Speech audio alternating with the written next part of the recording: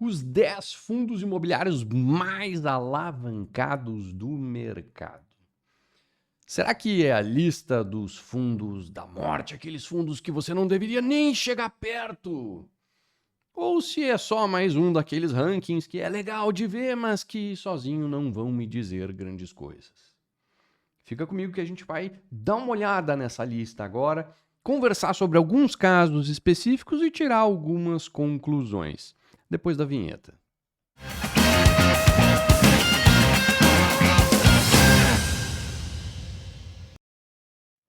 Maravilha, então assim, ó, antes da gente ir pro vídeo, meu nome é Marcelo Fai, eu sou analista CNPI, especialista em fundos imobiliários, e esse é o meu canal do YouTube, onde eu posto toda semana conteúdos relevantes sobre o universo dos fundos imobiliários. Se você já é inscrito aqui no canal, eu agradeço muito a sua audiência e peço que você clique aqui na sinetinha para ser avisado sempre que eu postar um conteúdo novo por aqui. Se você ainda não é inscrito no canal, se você gostar deste conteúdo, por favor, considere se inscrever. Maravilha, vamos lá então. Dados os recados iniciais, a alavancagem dos fundos imobiliários. A gente vai ver aqui os 10 fundos mais alavancados. Vamos conversar sobre alguns casos bem específicos e aí a gente tira algumas conclusões. Será que a alavancagem ela é ruim? Será que ela é boa? Será que tamanho é documento na alavancagem? O que a gente pode tirar de conclusão disso tudo, certo? Então vamos lá, vamos dar uma olhadinha nesse ranking agora. Olha lá, quem é que está no nosso ranking aqui? A gente começa com o TRX F11. Quem acompanha aí o mercado de fundos imobiliários e já parou para prestar atenção no quesito alavancagem dos fundos, certamente conhece o TRX-F11, ele é o mais alavancado de todos. Ele é um fundo que ele não esconde que faz alavancagem, não se envergonha de fazer, é parte da estratégia do fundo. Não é aquela coisa de, eu fiz porque apareceu uma oportunidade, aconteceu, para eu conseguir comprar aquele imóvel, eu tive que fazer essa alavancagem, ou qualquer coisa do tipo. Não. É da estratégia deles, está no DNA da gestora fazer esse tipo de operação. Muito antes da existência do próprio TRXF, a TRX já fazia essas operações para investidores privados, operações essas que eram, para esses investidores privados, muito mais alavancadas do que ela faz hoje aqui nos fundos imobiliários. Então, eles têm bastante experiência nisso. Apesar de TRX, o TRXF ter a maior alavancagem, eu olhando para essa lista aqui, claramente está longe de ser o fundo que mais me preocupa dessa lista aqui. Por quê? Porque a alavancagem deles é muito bem feita. O que é ser uma alavancagem bem feita? Bem, a alavancagem ela vem sempre da compra de um imóvel, né? Quer dizer, eu vou comprar um imóvel, ou não tenho dinheiro todo para comprar ele, ou eu simplesmente não quero comprar todo ele com o meu dinheiro, eu vou usar dinheiro de terceiros. Então eu tenho uma dívida que é atrelada à aquisição de um imóvel. Bom, essa dívida ela tem um fluxo de pagamento XYZ, que eu tenho que ir pagando mês a mês ou semestre a semestre, enfim, cada dívida tem a sua característica, então ela tem um fluxo, ela tem um custo e ela tem um prazo, tá? Do outro lado, eu fiz isso tudo aqui para comprar um imóvel, que me gera uma receita X, que me gera um fluxo de capital X. Bem, se na dívida eu tenho um custo, no imóvel aqui eu tenho uma receita. O que é importante? Bem, que a receita do imóvel seja uma segura o suficiente. Por quê? Porque o que eu tenho a pagar é líquido e certo, eu vou ter que pagar, pronto.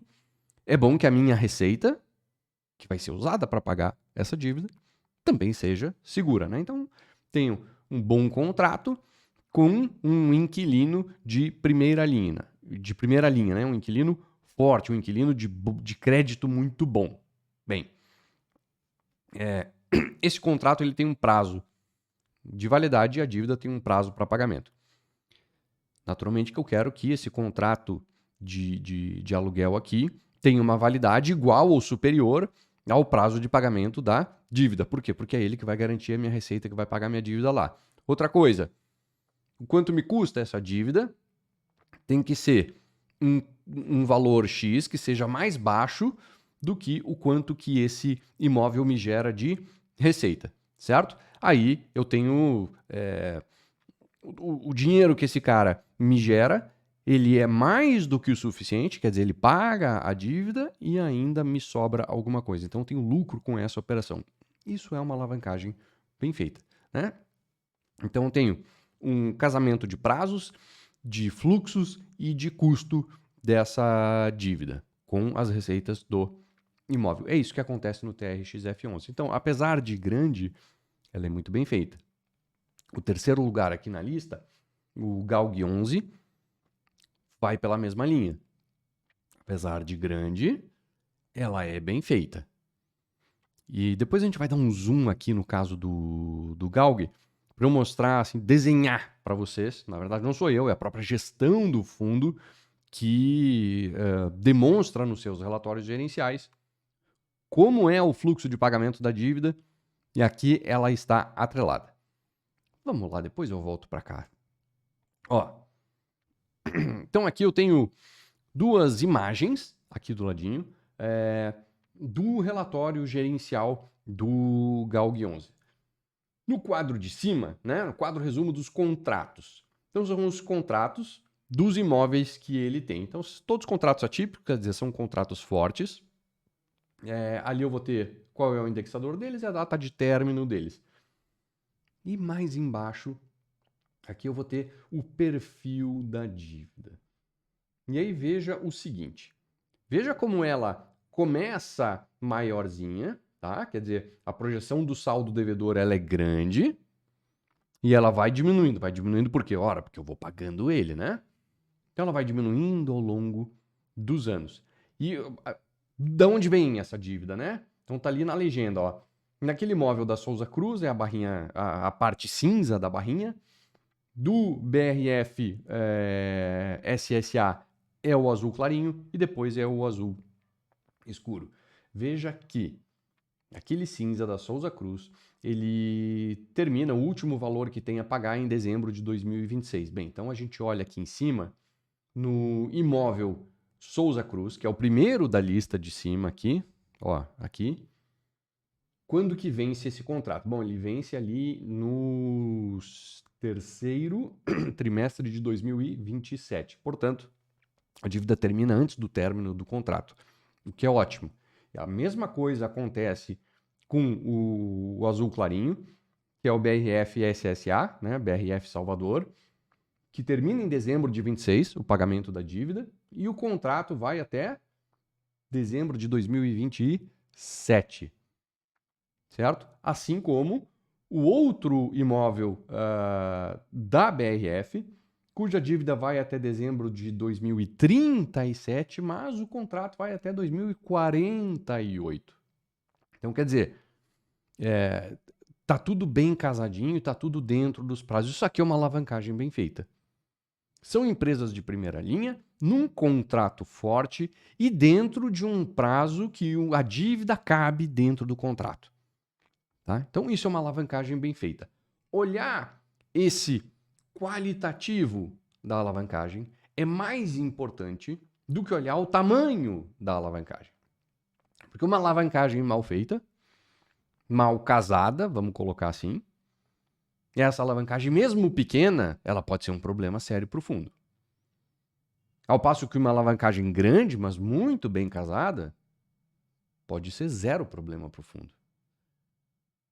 Então, o qualitativo determina muito mais do que o quantitativo aqui. Agora, a gente dá uma olhada ali no segundo lugar dessa lista, a gente tem o XPPR11. Bem, o XPPR11 ele está numa situação bastante delicada.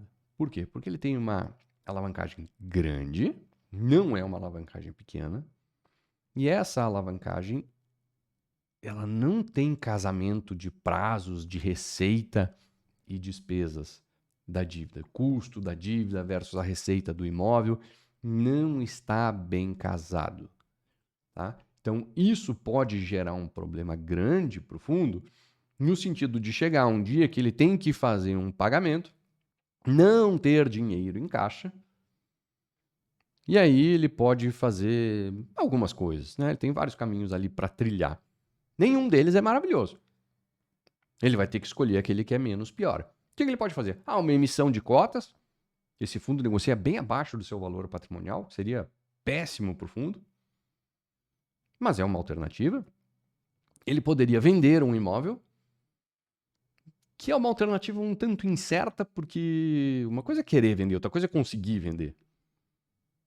E uma outra coisa ainda é, a que preço será que sai essa venda? Será que é um preço bom? Ou será que é um preço, aquela venda de emergência, ela vende a qualquer preço porque eu preciso? Se tu tiver que vender a qualquer preço porque precisa, com pressa, provavelmente a venda seja ruim. A outra coisa é rolar essa dívida. Senta lá com um cara que te emprestou dinheiro e diz, bicho, o negócio é o seguinte, estou sem grana agora. Vamos renegociar isso? Tu me dá uma carência aí de mais um ano e pouco, a gente pedala isso aqui para frente, olha só meu portfólio, eu tenho um monte de imóvel, meu patrimônio é grande, eu vou te pagar, só que agora tá complicado, né, cara? Tu vê. O cara pode topar. Legal. Pô, Fai, essa solução parece genial se o cara lá aceitar.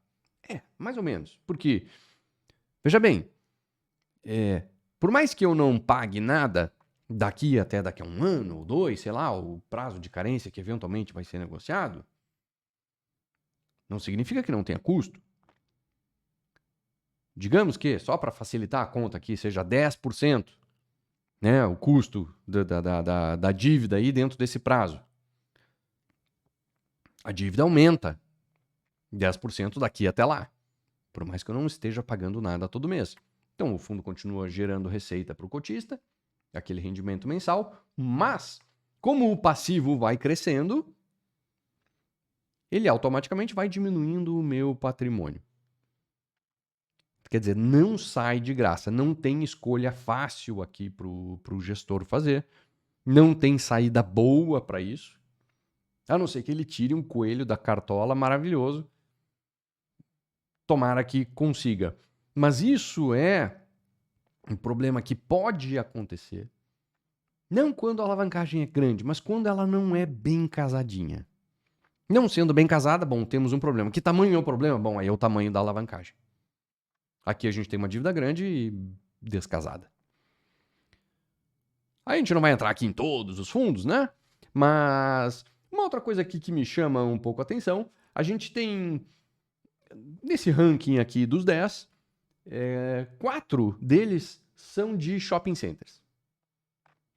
E shopping centers, se você acompanha o mercado de fundos imobiliários, ninguém fala muito em shopping center quando no que tange a alavancagem, não chama muito a atenção. Mas tu vê que quase todos eles têm um nívelzinho razoável de alavancagem, quer dizer, o mais alavancado deles 35%, o menos que está no ranking aqui 21%. E vamos lá, dos 5 fundos de shoppings que são os fundos mais diversificados, que tem maior quantidade de shoppings aí no mercado, 4 deles estão aqui e fazem um uso bem razoável de alavancagem. O outro fundo de shopping, aquele lá não é alavancado, tá? Mas aqui quase todos são. Não estou eu dizendo aqui que um é bom, que o outro seja ruim, tá? Não me entenda dessa forma, mas chama atenção que é um segmento que usa alavancagem com naturalidade. Empresas de shopping center usam bastante dessa alavancagem, os fundos imobiliários aqui acabam usando também. Bem, para a gente concluir aqui, será que é bom, será que é ruim a alavancagem? Vamos lá. Bom ou ruim, de novo, depende muito do qualitativo. Tá? Qualitativo sendo bom, a alavancagem tem tudo para ser boa. Mesmo assim, ela traz algum risco? Sempre traz algum risco. Por quê? O que é uma alavancagem boa? Lembra? Ela é uma alavancagem, uma dívida que é bem casadinha, prazos, fluxos e custo com a receita. Só que a receita não é garantida. Ela pode ser muito segura. Bons contratos com grandes empresas. Mas garantida, bom, ela não é. Mesmo uma grande empresa eventualmente pode ter problema. Bastante improvável, mas é um improvável que ainda assim existe a possibilidade. Se acontecer, bem, aí o fundo terá um problema. Portanto, a alavancagem, por mais bem feita que seja, ela traz sim algum risco para o fundo. Mas é um risco que eu entendo ser bastante ok correr ele, não sendo uma alavancagem enorme num único inquilino, você está diversificando esse risco, né? Do inquilino lá não conseguir pagar, dessa grande empresa se dar mal. Tendo essa diversificação, bem, o tamanho do possível problema começa a diminuir. E aí os benefícios da alavancagem são maiores do que os riscos dela, se elas forem bem feitas. Se não for bem feita, aí não tem tamanho. Tá? Uma alavancagem que não é bem casada, ela vai ser sempre perigosa. Então, muito mais quali do que quanti. Eu não faço filtro de alavancagem no sentido de, não, o fundo é alavancado, então não invisto. Não. Eu prefiro chegar mais perto, entender como é que é a alavancagem e a partir daí é que eu vou fazer meu juízo dela. Certo? Bueno, então eu vou ficando por aqui. Obrigado por ficar comigo até o final desse vídeo. Eu espero que você tenha gostado. Se gostou, por favor, curta esse vídeo, te inscreve no canal, ativa a sinetinha aqui e a gente se vê num próximo conteúdo aqui mesmo. Um grande abraço e até mais.